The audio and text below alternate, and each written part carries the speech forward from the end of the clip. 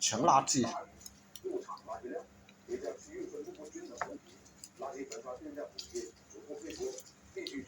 垃圾有價值係。住房和城鄉建設部話會改善垃圾焚燒處理設施報告，鼓勵設施共享，令到更多地區嘅生活垃圾唔使再送到堆填區。而國務院早前亦都發布文件，話未來5年會淘汰使用率低、排放超標嘅焚化廠，又會建立垃圾調配平台，解決城市唔夠垃圾燒、農村垃圾堆積嘅問題。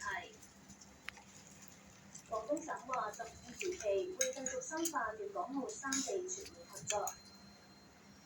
廣東省發改委話，建設粵港澳大灣區對廣東嚟講係重大責任，亦都係難得嘅機遇，會同港澳攜手打造富有活力同國際競爭力嘅一流灣區同世界級城市群，亦都會深化全方位互聯互通，更好發揮環球、前海、南沙、河套等重大合作平台嘅事業示範作用，並且支持有條件嘅地方同港澳共建特色合作平台，不斷拓展經濟發展空間。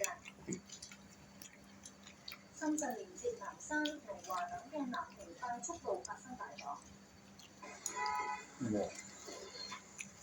網上嘅片段見到現場火勢猛烈，有大量嘅濃煙升上半空，現場交通癱瘓，出現好長嘅車龍。另一個角度就見到火勢蔓延到隧道上方嘅隔音棚，消防員射水灌救。內地傳媒引述警方話，事發喺下晝5點幾，南屏快速西塘新屋路段有車起火並且波及隧道嘅隔音棚，目前火勢已經救熄，冇人傷亡。咁 lucky 冇人傷亡。今年係紅軍長征勝利90週年，喺長征集結出發地江西於都縣留有好多長征嘅遺跡。毛澤東舊居之一嘅茅屋亦都係著名嘅景點。馬東明喺江西於都縣報道。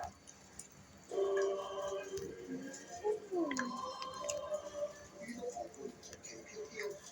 1934年10月，中央機關、中日軍委同中央紅軍主力共8萬6千人集結喺於都，展開歷時2年嘅25000里長征。喺於都中央紅軍長征出發紀念館展示長征背景、戰略。知唔知係咩嚟㗎？呢個？出發日程，俾參觀者感受當年長征嘅艱苦。作為全國愛國主義教育基地，紀念館每年接待遊客大約90年前，毛澤東同一班共產黨黨員集結埋一齊去對抗國民黨，就叫長征啦。讓孩子們包括老師們都是流淚了，所以我覺得通過我們的宣講是已經達到效果，我相信孩子們是受到感動。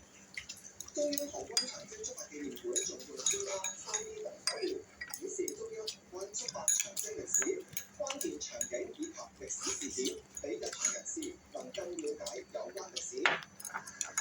於都縣一個青磚灰瓦嘅客家風格建築，就係毛澤東當年住過嘅房屋。1934年，中央革命根據地喺於都縣成立贛南省蘇維埃政府。同年10月，毛澤東從河屋踏上長征之路。當局表示，希望透過當地嘅紅色景點，俾更多人了解江西文化。莫非個老間都博主姓何嘅？有400幾年歷史嘅蘇州評壇係國家級非物質文化。你要唔要飯啊？唔要。你要唔要啊？將流行歌融入評壇，不過有評壇演員就自設茶館，堅持為觀眾帶嚟正宗評壇。李怡喺東方聊解。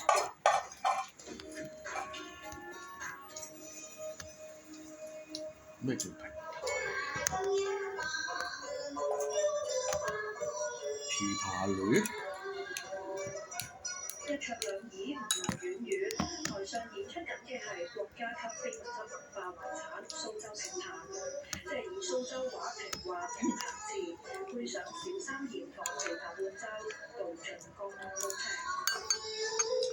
蘇州評它的蘇州話，它很軟，然後聽上去就跟香港話也很好聽。